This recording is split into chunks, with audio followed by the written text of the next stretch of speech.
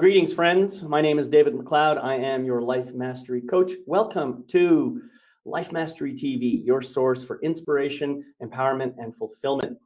We are embarking today on episode number 188, and this one is called Unconditional Presence, which might be a little bit of an intimidating term if you've never heard it before. But let me just give you a bit of a warm up about what we're going to be talking about. So if you are the kind of person who has a never-ending to-do list, and who hasn't had one of those in their life, and you constantly find yourself busy with one thing or another, the idea of unconditional presence may be a difficult one for you to grasp. For a lot of people, the mere thought of slowing down and enjoying the current moment can bring up a lot of different feelings and emotions and all kinds of thoughts and stuff, including guilt and shame, which are really unconscious blaming messages from our ego minds that are intended to keep us on the treadmill so that we can get the next task accomplished. So the problem is, if we don't consciously take the time to slow down and literally smell the roses or smell the coffee, whatever you prefer, as they often say, then what happens is sooner or later you end up with some kind of breakdown instead, okay?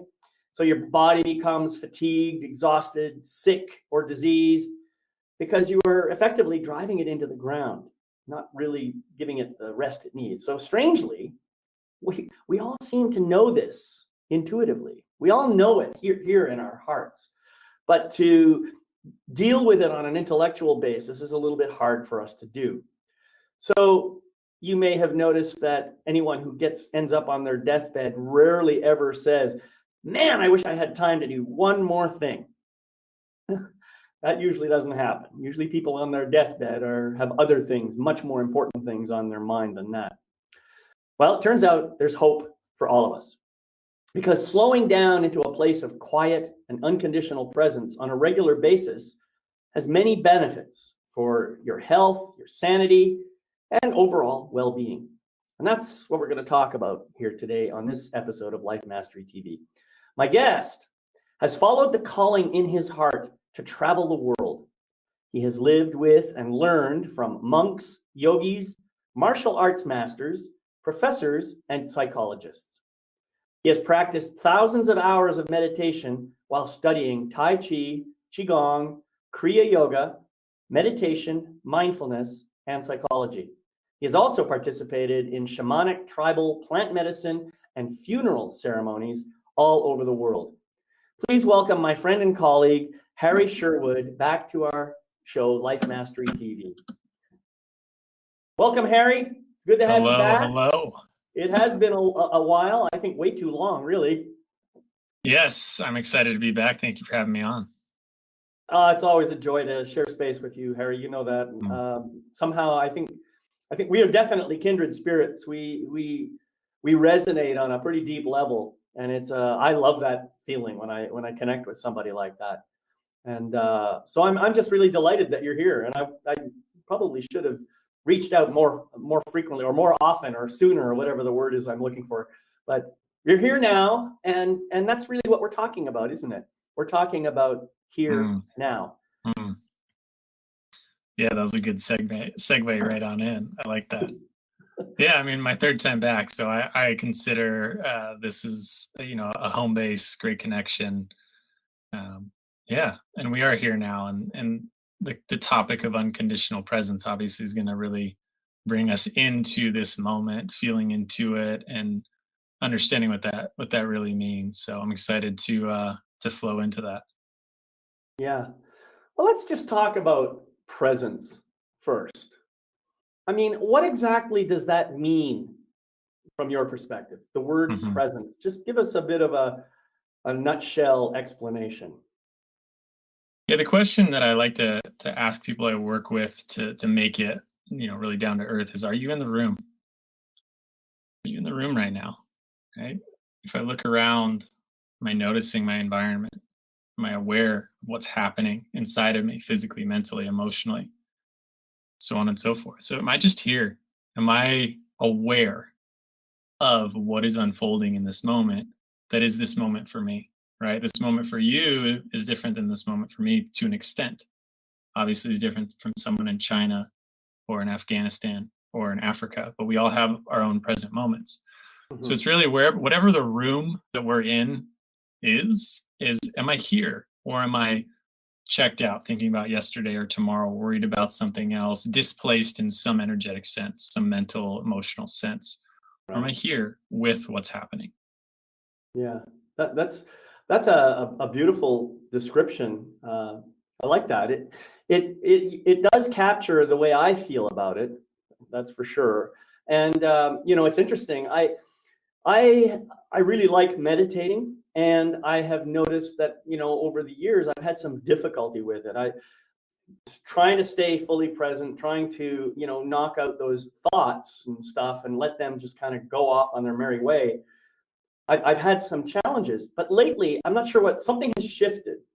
Mm, So now it seems when I meditate, I feel fully present, but I'm not really aware. I mean, I have my eyes closed and I'm sitting on my meditation bench, and I just feel like I'm everywhere simultaneously. You know, it.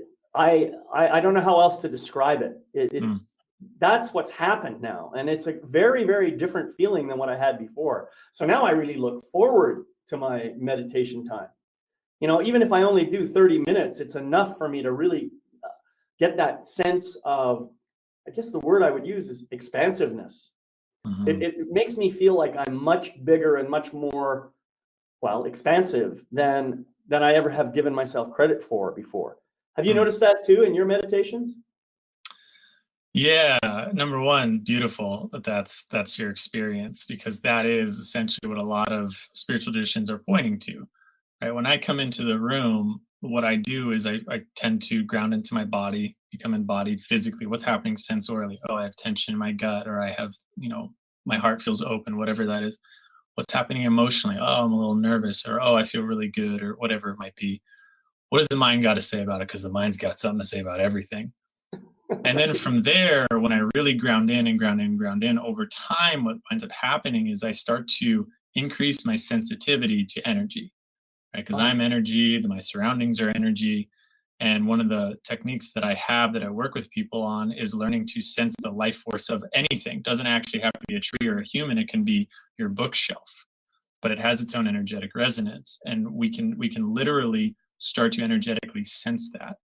And as time goes on, that increases, right? That subtlety isn't so subtle anymore. And it becomes this, wow, I can feel my environment. I don't just see it, like it impacts me energetically. Even the colors, I can feel and interact and dance with those. And so as we go into meditation, the more aware of the it's kind of known as the subtle body, the subtle energies that come up, the more that expansiveness, because it isn't just within our physical body, we have our own energetic field and we're interacting with a whole set of energetic fields all at once, mhm. typically known as the field. And so it's very much an experience that, again, a lot of traditions are pointing to. And this merger that happens really starts to expand our sense of self, right? I no longer am just refined or confined to my physical body. I am now connected or unified or reunified with the keyboard on the other end of my room, or the book on my shelf, or the entire space, that open awareness in the entire space. And then that goes deeper into the void and of the emptiness and vastness of silence, stillness, and space. And it just keeps going. And then it all eventually can unify into this grand dance of consciousness and energy and this beauty, which I think we talked about last time. That's right. Um, Yeah, we did. yeah. Yeah, that's beautiful. I really love the way you describe it. And first of all, there's a couple of people on the live show. I just want to say welcome and thank you for being here. If you have comments or questions, please feel free to put them in the chat, and we'll do our best to respond to them as time permits. But I wanted to say one of the things that you said in terms of everything being energy. I've totally grokked that for a long time, although I've never quite known how to express it verbally. Mm, I try to tell people, look, just because this table here is inanimate doesn't mean it's dead in the sense that we think mm, of dead. It's just energy at a different form and a different level. and it has consciousness flowing through it, just like everything else. All consciousness flows through everything. And people think I'm kind of crazy, but lately I've been reading Autobiography of a Yogi by Paramahansa Yogananda. And I noticed partway through his book, he said exactly the same thing. I said, oh, thank God, somebody else is crazy too. All right. That's good. But I think there's a really, really powerful and fundamental, deep, deep truth in that. If we could all kind of raise our awareness to the level that we understand and recognize that, can you imagine how much more beautiful this world would be? Yeah, and again, going into spiritual teaching here, we're kind of pointing to, well, if we talk about Taoism, right? Taoism is essentially known as the way or the flow of life. There's a natural river that's flowing, that is the unfolding of this moment, right? Presence, that is the river. And I can either be in resistance or harmonize with it, right? If I'm in resistance, I'm disconnected. My experience is disconnection. But if I'm in harmony with it, I can literally feel the life force around me. And I can, again, going back to this dance word, I love to use it. I like to dance with this energy. Because if you think of a dance, it's not something that I'm doing to try to finish fast, or it's not something I'm trying to, basically the reason I dance is to dance, right? The reason I dance is to be in the flow of the music and to synergize with the music. So if I can do that with life as it is, with this energetic life form, with all around me, with the consciousness that's within everything, as you're pointing to, it really brings, the word that always comes up for me is beauty.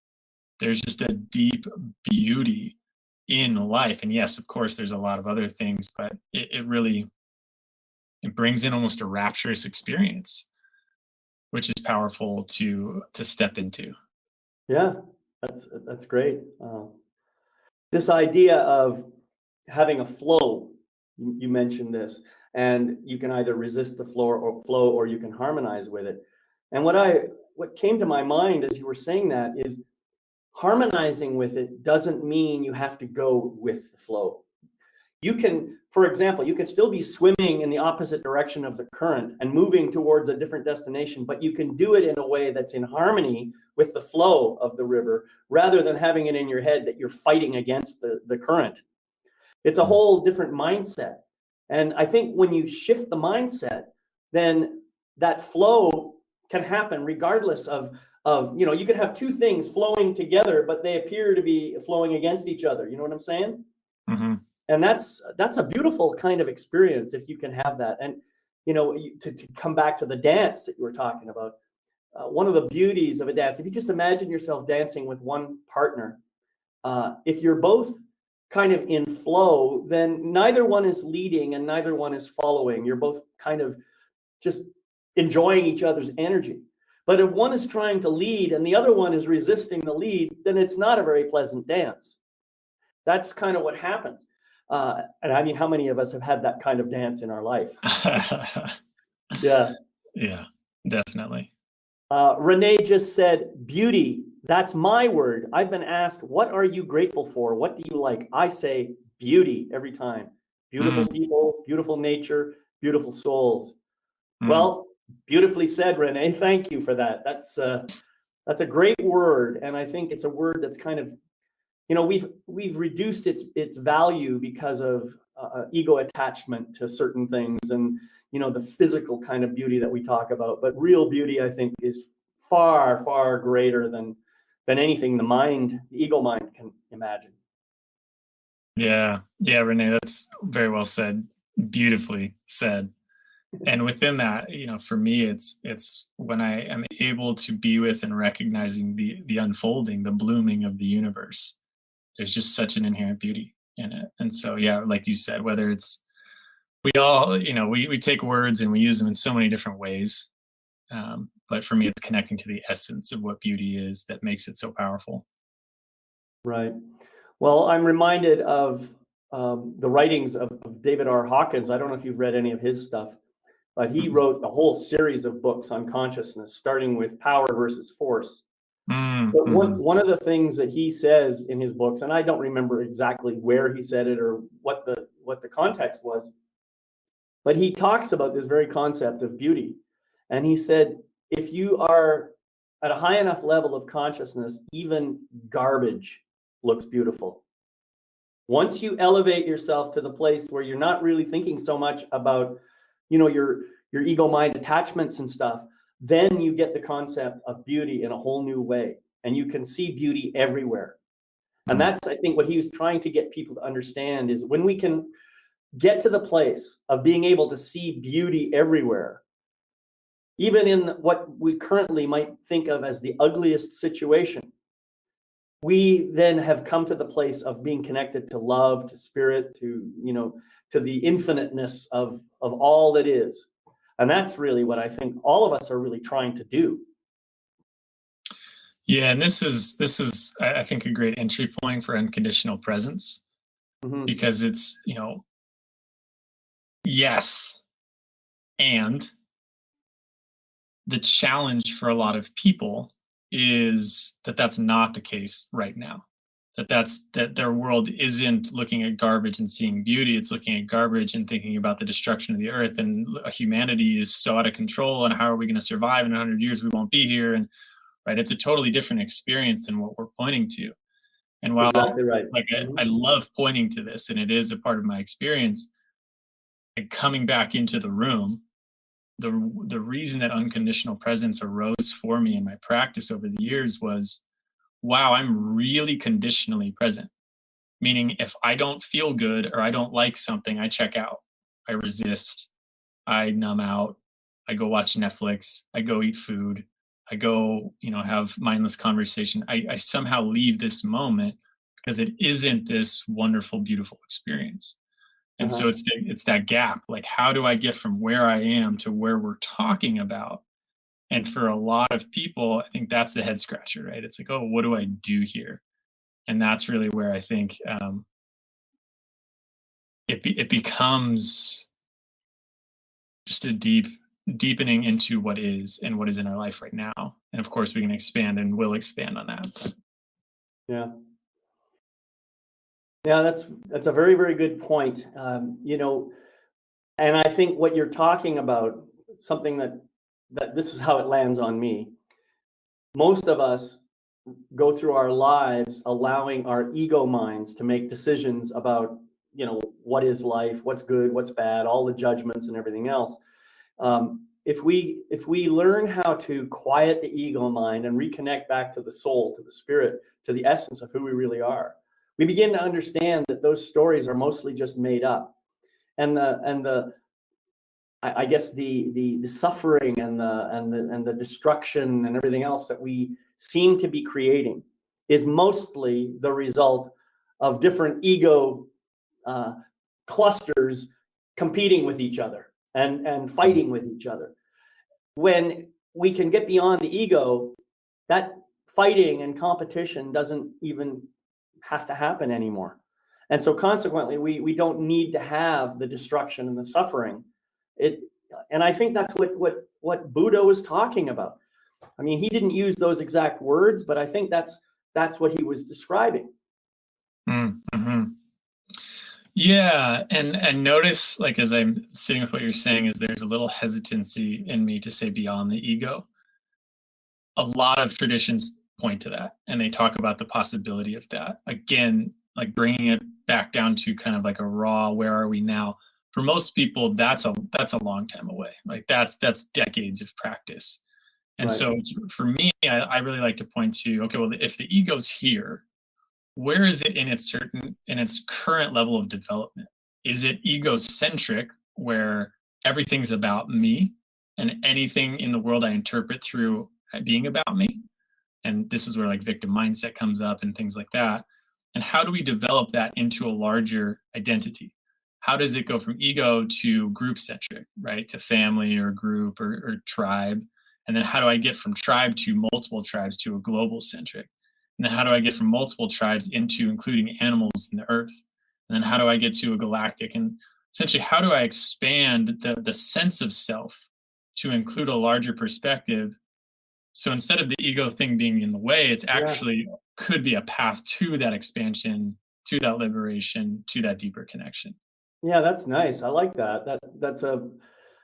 I think the way, my model of the world, I think of the ego as that aspect of me that helps me to navigate my physical self through this world. And I think of my soul as my expansive, uh, unlimited aspect that is going to be with me even when the ego and the body no longer exist, or they fall away into dust or whatever.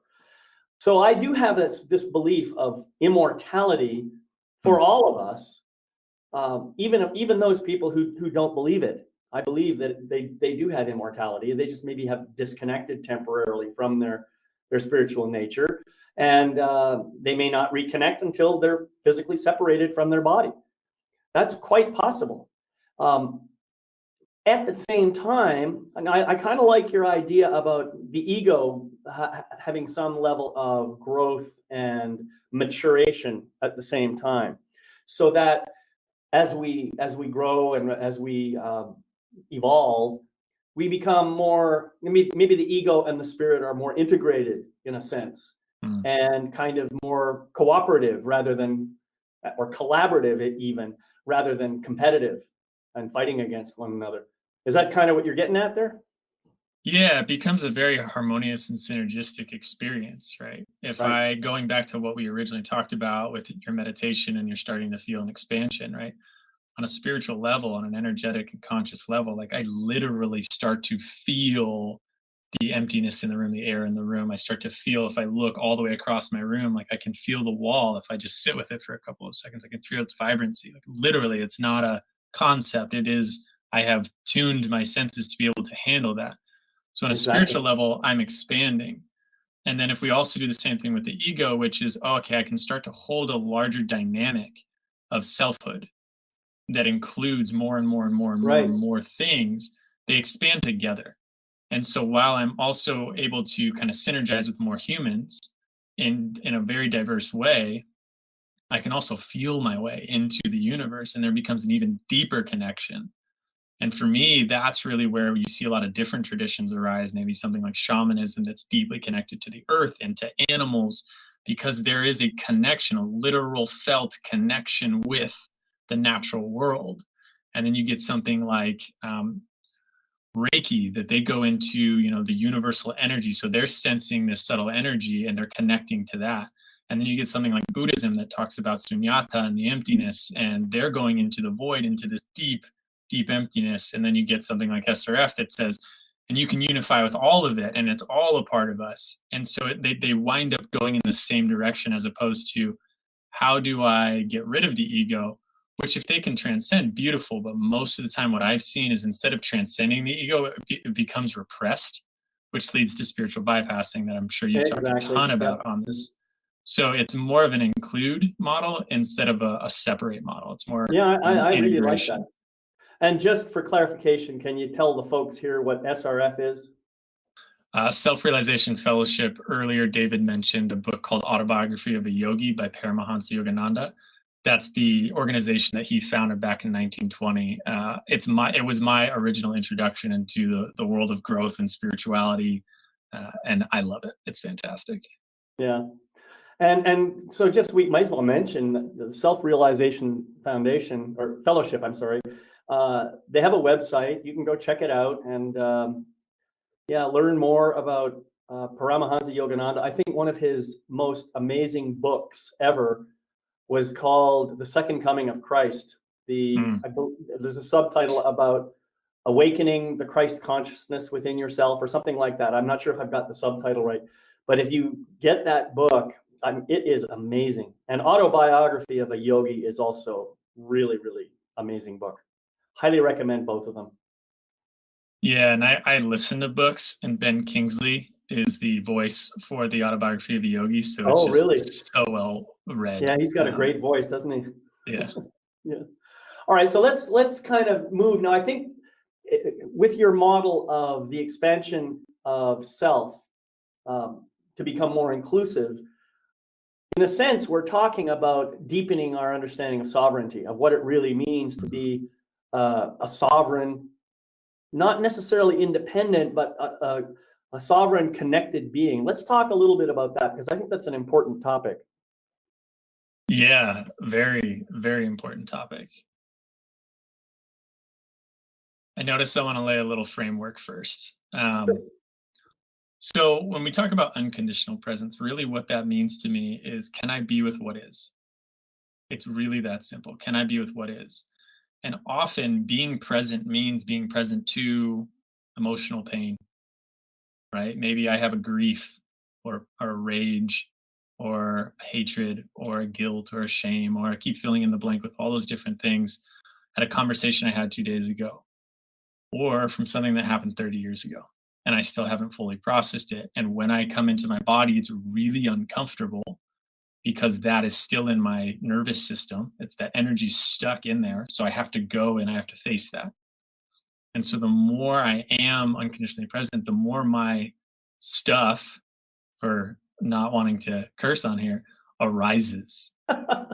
And as There is that, no such thing as cursing.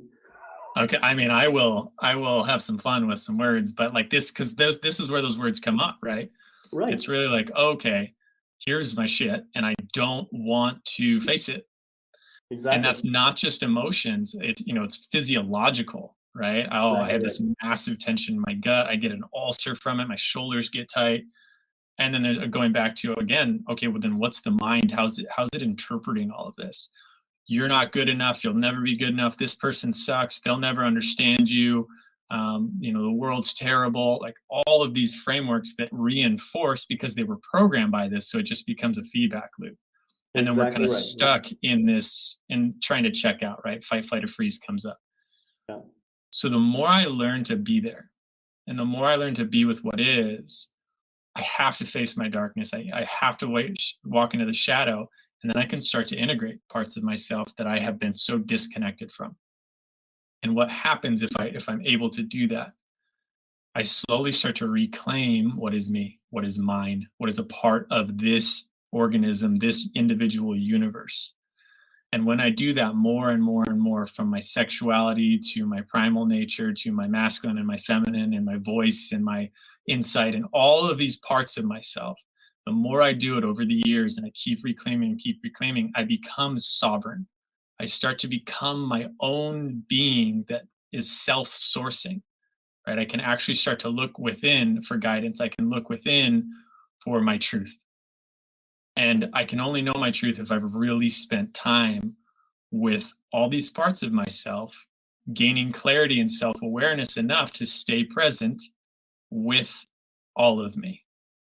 And the more I do that, the more I become unique. The more I really step into what are my true likes? What are the things I really want to do? And the less autobiographical I become, right? The less my identity's stuck in, well, this is what I did when I was 5 and 10 and 15 and 20 and so on and so forth. And it becomes more about, how do I creatively express in this moment? I like how you said the less autobiographical I become. Now that's a beautiful way of saying what I've already said before is I'm not my story. Mm-hmm. You know, the story is just something that a series of events that happened in my lifetime, but they don't define who I am. And the same is you just used a different way of saying exactly the same thing. I love that. I'm not my autobiography, or no, I'm less autobiographical. Yeah, very good. Yeah.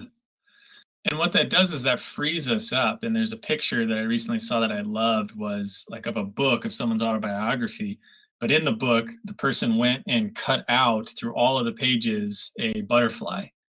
And it was basically like, I'm sure your story's great and it's really important to tell at certain points, but at some point, like, what is the emergent property? What is the essence of you that comes out of this? Are you a butterfly? Are you a jaguar? Are you a worm, whatever it is? Like, what is the you that's coming out of Right. this that gets to express it as it synergizes with the world? Yeah, And what can beautiful. happen is, if the more we all individuate, we actually can start to synergize with other beings because we're more deeply connected, and we can speak our truth on a deeper level, and we can really start to come together and then see an emergent property come out of all of us. And that's where diversity is so important, but it has to come from sovereign beings, diversified, not from codependency or egocentric, identity or whatever it is. Like, we need to mature in order to synergize. think that Yeah, kind of wraps that up a bit. yeah, that's really good. I like that. Sovereignty emerging out of, this growth of ego and collaboration with spirit. Mm-hmm. It's layers of the onion. I also like the fact that you talk about, visiting the shadow, working in the shadow. This is something that, I love talking about shadow. Some people are not so comfortable with it, but that's okay. You don't have to be comfortable with everything that happens in life. Uh, the idea of shadow is it's just stuff that's in the dark that we can't really see very clearly, and all we're doing is bringing a flashlight into the darkness and looking at those aspects of ourselves and recognizing that maybe they weren't as bad as we thought they were in the first place. In fact, maybe they have beautiful gifts within them that we'd like to bring back into the world. And that's why it's so important, as you use the word reclaiming and doing it over and over and over again. You have to, if you want to be a fully integrated, holistic, sovereign being, you have to go back in and look at those parts and bring love and healing to them so that you can integrate them and heal them and reclaim them back into your life. And that's what really, I think, personal growth is all about. It's being willing to look at the shit, as you said, and say, well, maybe it's not really shit after all. Mm-hmm.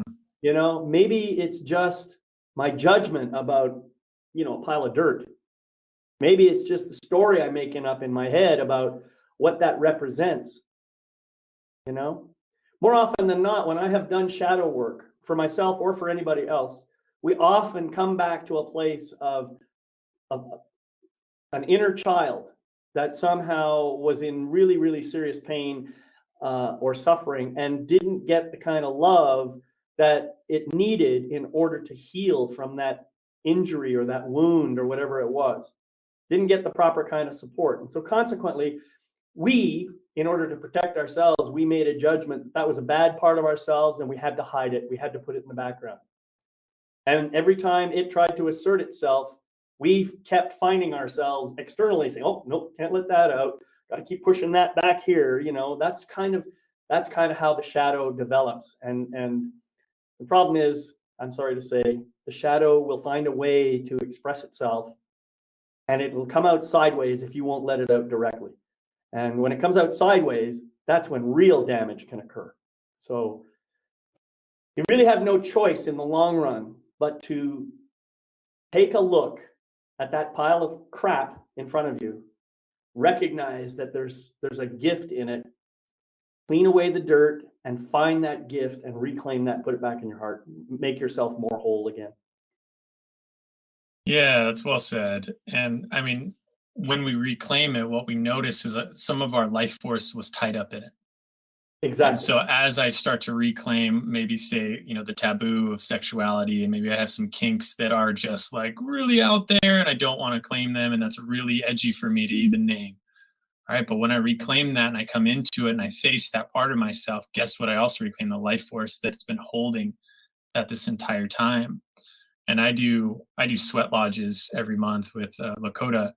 And Oh, one of my nice. favorite pieces is like I'm in nothing but board shorts and I'm crawling in and out. I'm sweating.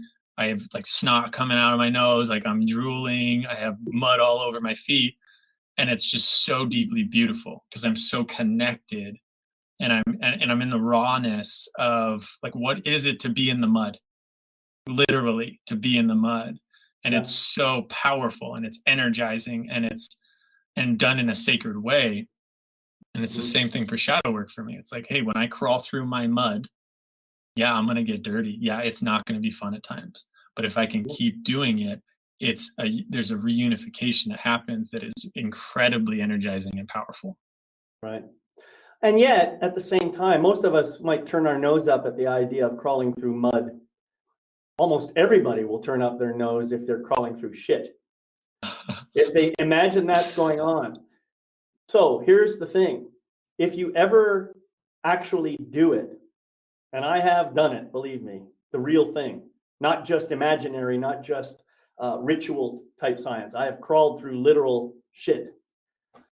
No, maybe it wasn't so fun during the experience, but what I learned afterwards was I can survive it. I can get through it. I can grow beyond it. And you know, all that stuff washes off. It's not as bad as we think it is. We put such energy into our negative judgments about certain things. We basically minimize ourselves by focusing all that negative energy on that stuff. And I think that's really taking away from our ability to be present. Mm-hmm. Yeah. Yeah. And that's, again, the reclaiming of the energy, right? Like on some level, subconscious, some deep level, we are energetically blocking that. It takes energy to keep repressed the shadow. And so we also get that energy back as well. Yeah. Yeah. And so that brings us back to this notion of holism, of being a whole, complete individuation of spirit, of infinity, if you like. Mm. Yeah. Yeah. And it's so, again, I go back to what comes up for me is just like my body starts moving in the dance, right? Because when I'm whole, do I still have human needs? Yeah, of course, right? The hierarchy of needs doesn't necessarily disappear, but it kind of does at the same time, right? When I'm in wholeness, like I don't need to eat that cookie or that whatever it is that I would, was going to eat because I'm bored. I don't need to binge 10 shows in a row. I can watch one and feel great. End of story. Right? The coping mechanisms, the feeling that I don't want to feel, and then the coping mechanisms that I have in place start to lose their energetic power. So when I work with people, if someone says, "Hey, I smoke cigarettes, I don't want to anymore." Okay, keep smoking. What we're going to work on is your relationship to smoking. Why is it there? Right? What started this? And are there certain biological responses that you now have? Yeah, of course. And we can wade our way through those. But if the need for that cigarette doesn't get worked on, then it's just going to be replaced with something else, or you're going to go back to it the second we stop working together. And so it's much more about, can I reclaim my shadow? Can I work on my mindset? Can I work on my somatic work? Can I do, whatever it is the realm that I live in, whether it's plant medicine or meditation or yada, yada, yada, can I continuously bring more of myself back to its union, back to its source? And then as I do that, the other parts kind of take care of themselves. And this wholeness is just what arises in the need for it to be any other way, going back to unconditional presence, starts to dissolve. And I don't need this moment to be any other way than it is. Right. And I want to say that, like, yeah, there are extenuating circumstances, very, very difficult circumstances that people go through, and it might be the best thing for them to change their circumstances. So I don't want to claim that I'm saying no matter what, but I am saying that even within that, there's a level of presence and acceptance that can be brought in that can empower us to make that, it's your point, maybe I do need to swim against the stream. And one of, I think, the biggest misunderstandings that I see to the concept of surrender is surrender, harmonize, go with the flow. And a lot of people see that as this: take a step back, let your hands off. Yeah, maybe that's what's needed. Maybe you're someone who has been controlling the whole time and you really need to learn to do that. But it also might have you lean in and take more action than you've ever taken before, because that's what the true surrender is asking you to do: to get up and to move and to dance and to do it like no one's watching. Exactly. Until there isn't, like, whatever it is, I'm moving with it. And again, that goes back to being in union and wholeness with it all. Yeah, nice. So, you mentioned something about needs, and this is something that I've really been kind of meditating on, this notion of need versus want or desire. I think that it's true that our physical bodies need certain things in order to stay healthy and to stay, alive. we need water, we need oxygen, we need a certain amount of energy brought into the body and so forth. But outside of that, what do we really need? If I were to separate and just take my awareness away from my body, and I get back to the essence of who I really am, which is a spiritual being, I really have no needs. There are no needs that I can think of in relation to that spiritual nature. So anything else that we think about as a need, I think, is really nothing more than an addiction. Like, I need to watch that show tonight. You know, you mentioned that. And that's kind of like the ego mind saying, well, I get gratification from doing that, and therefore I'm going to have to do that in order to satisfy this need for gratification. And, that's why some people, get involved in sex addiction or drugs or alcohol or cigarettes is another good one, or gambling or shopping. I mean, they get some kind of a brief moment of pleasure from whatever it is they're doing, and they think that that is the be all and end all, and that's where their addiction just keeps feeding upon itself. So I think it's really interesting. The more work I do and the more meditating I do, the more I realize I have no needs at all other than those that in order to keep this body healthy. Yeah, and this is, it's an interesting point, because this is, if we kind of work with the model of expanding and maturing the ego instead of just kind of transcending it, needs do come in actually at a very important level, right? Because learning to honor the need that I have in this moment for safety, for speaking my truth, for whatever it might be, leads to the boundary conversation, right? Can I actually set the boundaries I need to with this, with myself, with other people in my life, with the life, life in general? And I think sometimes that gets thrown as like, oh, well, you still have stuff to work on. Yeah, like probably. And so what I see is that, like, I actually need to lean into my needs first. I need to honor, like, what's actually my need here, right? I'm going to numbing out with food or coping with this thing or that thing, but really I'm lonely and I have a need to sit with that loneliness, and I have a need to maybe connect more. So I'm going to go and socialize in a group that feels good to me. Right, that's not wrong or unspiritual. It's, oh, okay, now I'm recognizing what this moment is presenting to me. And so I actually need to lean into my needs more. And then over time, what we wind up seeing is the needs itself mature. The cause of the need matures. And then it starts to your point, then we can really start to see this, I don't really need that, actually. I'm good. Oh, I don't really need that. And they start to dissolve over time. But again, going back to spiritual bypassing, a lot of people want to bypass the fact that they actually have needs. Like, hey, I don't feel safe in this conversation. I need to check out. Oh, well, I should be spiritual and I should be able to talk in any conversation. So I'm going to stay in it and I'm going to walk out being disheveled and wrecked. And then I go on a bender or whatever it is. So for me, it's really about how do we mature it and then watch it go to the direction you're talking about.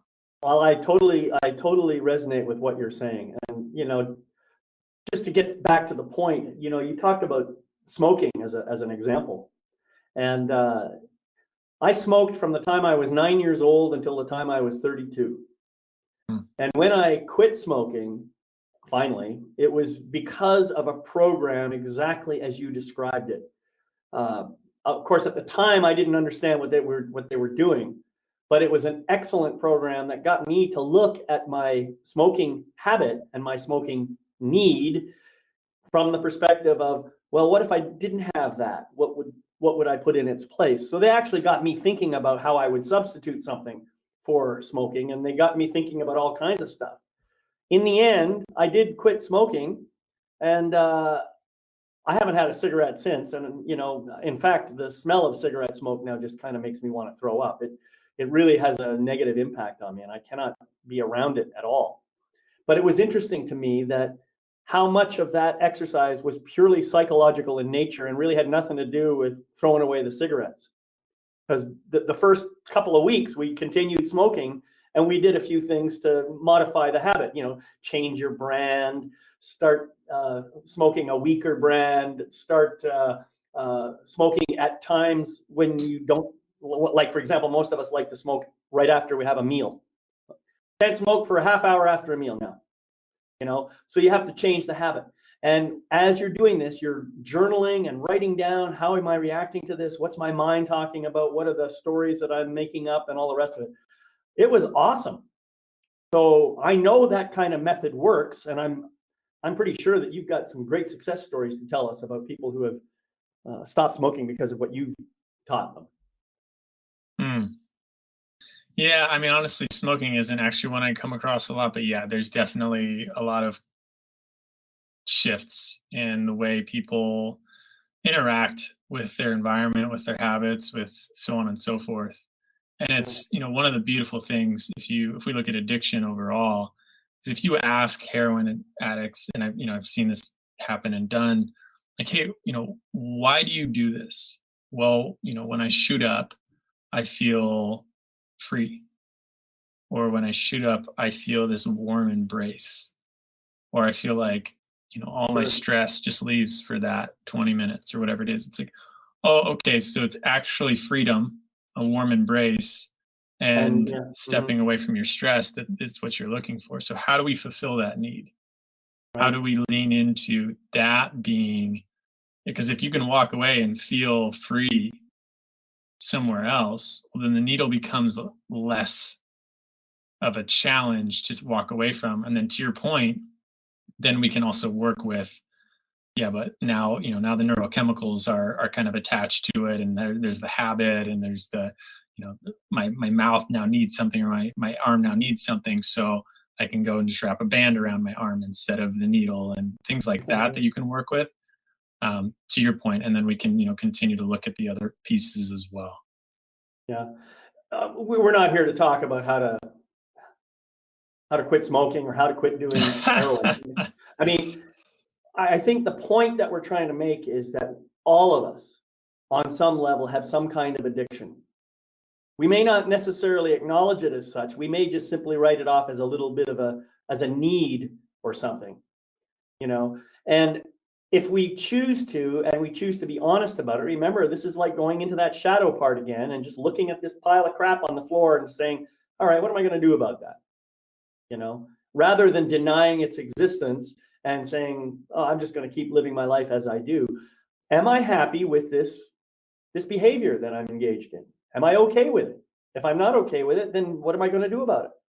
That's really what it boils down to, I think.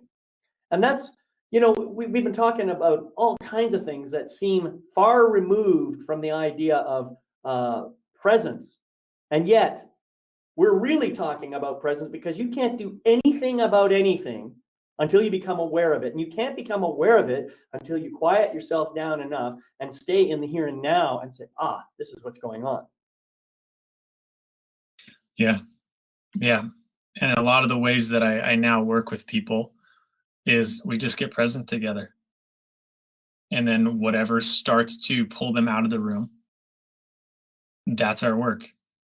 Right. And maybe they start tapping their foot after 5 minutes because they're bored or because they're uncomfortable or they're fidgety. So we go in through that. Mm-hmm. Or they start thinking about, so-and-so said that thing to me last week, and I just really beautiful bop them in the nose. Or exactly. Yeah. And so it's the entry point, right? And what are we actually looking for? Well, reconnection with self and this deeper connection that we've been talking about. What's stopping that from being my reality right now? Remember that bridge that we talked about?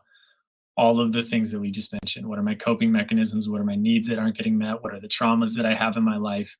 Right? These are all of the things that we are going to encounter along that walk back to union with self, back to true, full, whole, unconditional presence. And how do we do it? By getting present, right? The answer and the end are the same thing. Yeah, right. And then we learn to walk with whatever shows up in the present moment. I like that. How do we experience unconditional presence? Easy, by being present.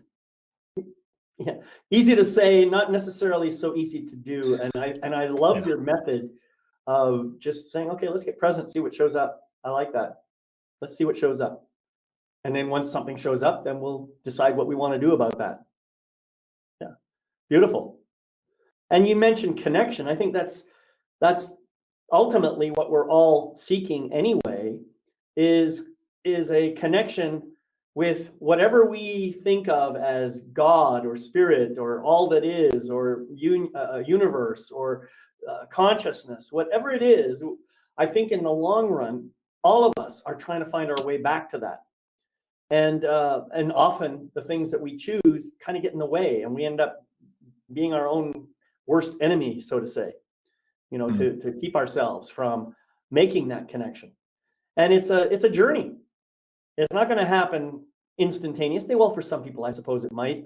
But for most of us, I know for me, like I said, I'm getting close to 70 years old now. And I'm only really now starting to understand this whole concept and starting to experience it. Now, Harry is doing it too, and he's clearly not 70 years old. So you don't have to wait as long as I did to get there. You can learn anytime if you want to.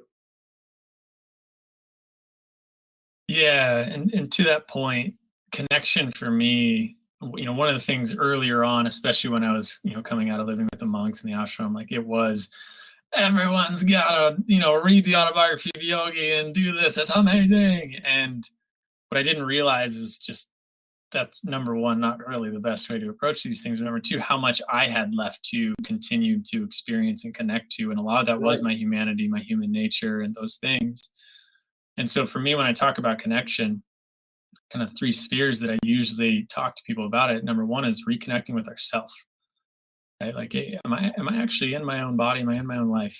Can I reconnect to that with, and again, that we've talked a lot about this in the wholeness, reconnecting to others or connecting to others, right? When I'm more in my sovereignty and in this universe that is me, I can really learn to be with someone else in a very intimate way. And I don't just mean romantically, but in just being with another human in energetic presence is very intimate. It's very deeply connecting. Right. And then connecting to what you're pointing to, life with a capital L, including the trees outside, the bookshelf, and the resonance that we talked about earlier.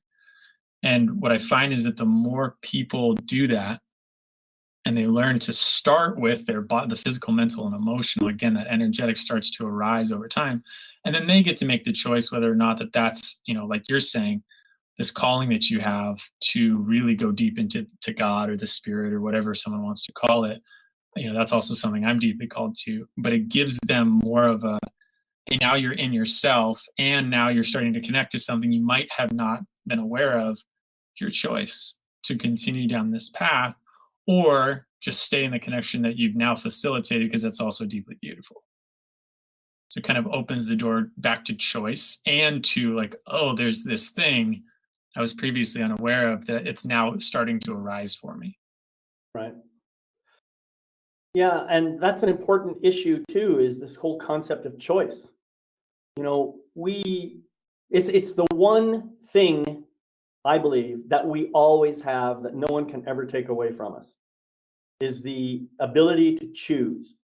And in any given circumstance, when we look around, we can almost always see at least two different options, sometimes many more than that. And every single one of them is going to lead to a certain consequence. We may not know what that consequence is going to be right up front, but if we've had enough similar experiences in our past, in the past part of our life, we might be able to imagine with a fair amount of accuracy what that choice is likely to produce. And then we can decide, is that really a choice I want to make or not? And the other thing that we have to understand about choice is that regardless of what choice you make, even if you imagine you're not making any choice at all, regardless of what you choose, you have to take responsibility for everything about that choice, all that it creates, all the impacts, all the consequences, no matter what they might be. And every single choice has an impact that can ripple throughout the universe. So the question I always like to ask myself, will I be proud of the result that comes from this choice? Will I be happy? Will I be willing to take responsibility for it? So choice is one of those important things that we kind of forget about, I think. And yet we're constantly making choices. Every single moment is a new choice. Yeah, it's an interesting topic.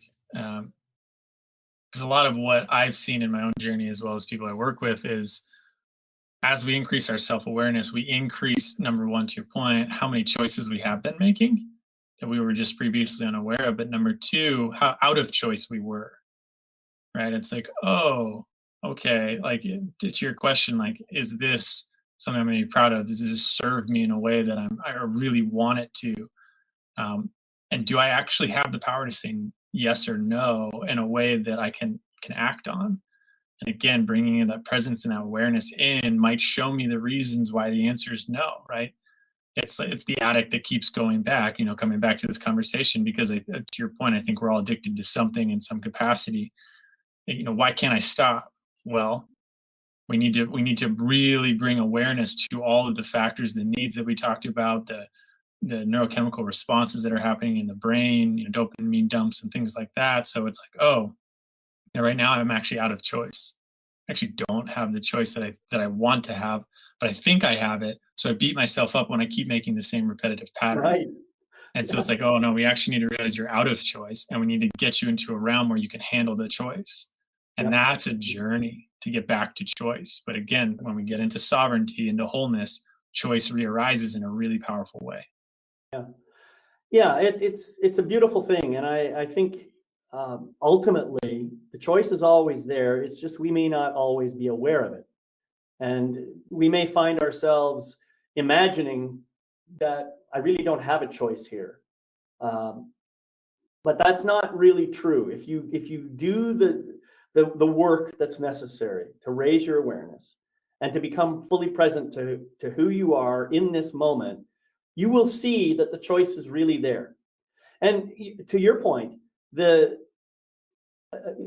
just because you have a choice, you're not necessarily going to say yes or no or anything else. You're going to simply choose a path. That's all you're really going to do. And that path is going to lead you in a certain direction. You may realize after you've made that choice, oh, this path really isn't working out so well for me. And now you can say, okay, I'm going to stop, I'm going to reconnect, and I'm going to look again. What are my options at this point? You know, it's like I always like to describe it as once you've made a choice, it's like throwing a rock towards a pond.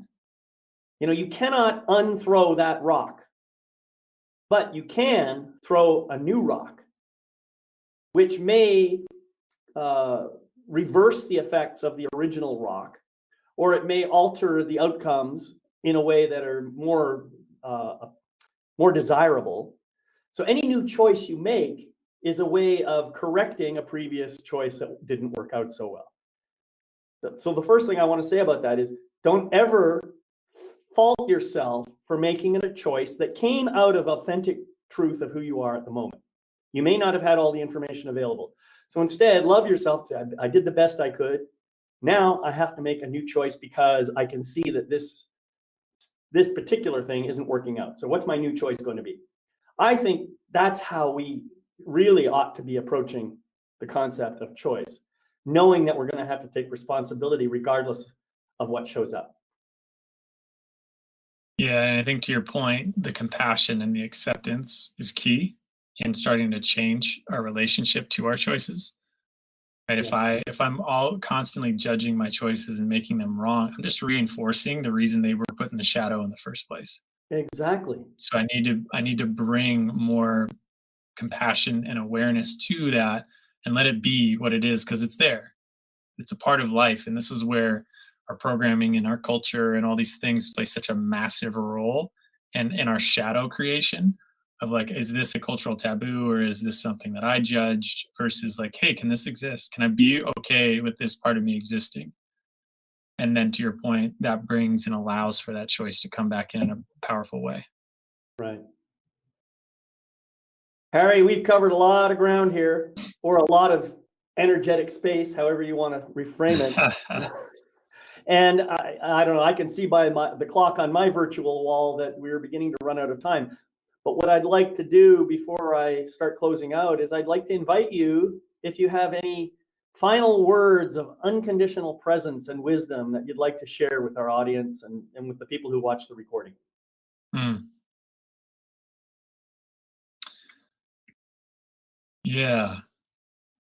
as I'm being present with what arises in me, that becomes my answer. Just really feel in, drop in, pause, take a moment before important decisions, for anything, as you're talking to someone. How's this feel? What's happening for me? What's the response that's going on inside? What's happening outside? How are those in relationship? Right? The more presence and awareness that we bring to our life, the more we're in our life, the more we come back into the room, like we talked about. And then we can actually inhabit our lives, and we can start to breathe a life anew and really start to live in a way that might be more beautiful. Back to that part of the conversation. So just drop in to whatever is, no matter how boring or uncomfortable or beautiful or pleasurable, right? Some people have some aversion to pleasure as well. Whatever it is, can we be with it? Beautiful, my brother. I appreciate your wisdom, and I appreciate your generosity in sharing here today. It's a beautiful thing. Yeah, it's always a pleasure for me to share space with you. So thank you for being here. Yeah, thank you for having me. It's always fun, as you said. Yeah. And thank you all for watching today and for being present on today's program. I'd like to remind people you can catch the recording of this and every other show that I do on my website at lifemasterytv.com, life-mastery-tv.com. I really hope you enjoyed this presentation. In a couple of hours, you're probably going to receive an email or some reminder about this show. Could you please fill out the review and leave a 4 or 5 star review for us, because that always helps us to share the work and get more people involved. And finally, I just want to remind you all of what I call the life mastery mantra, something that is easy to remember and easy to practice. So it goes like this: I gratefully forgive the imperfect being I have been in the past. I gratefully accept the magnificent being I am right now. I gratefully welcome the evolved being I am becoming in each new moment. I encourage you to practice that on a regular basis. In the meantime, until we meet again, my name is David McLeod, your Life Mastery Coach, wishing you love, light, and blessings on your continuing journey. So all the best to you. I'll see you next time. Bye-bye.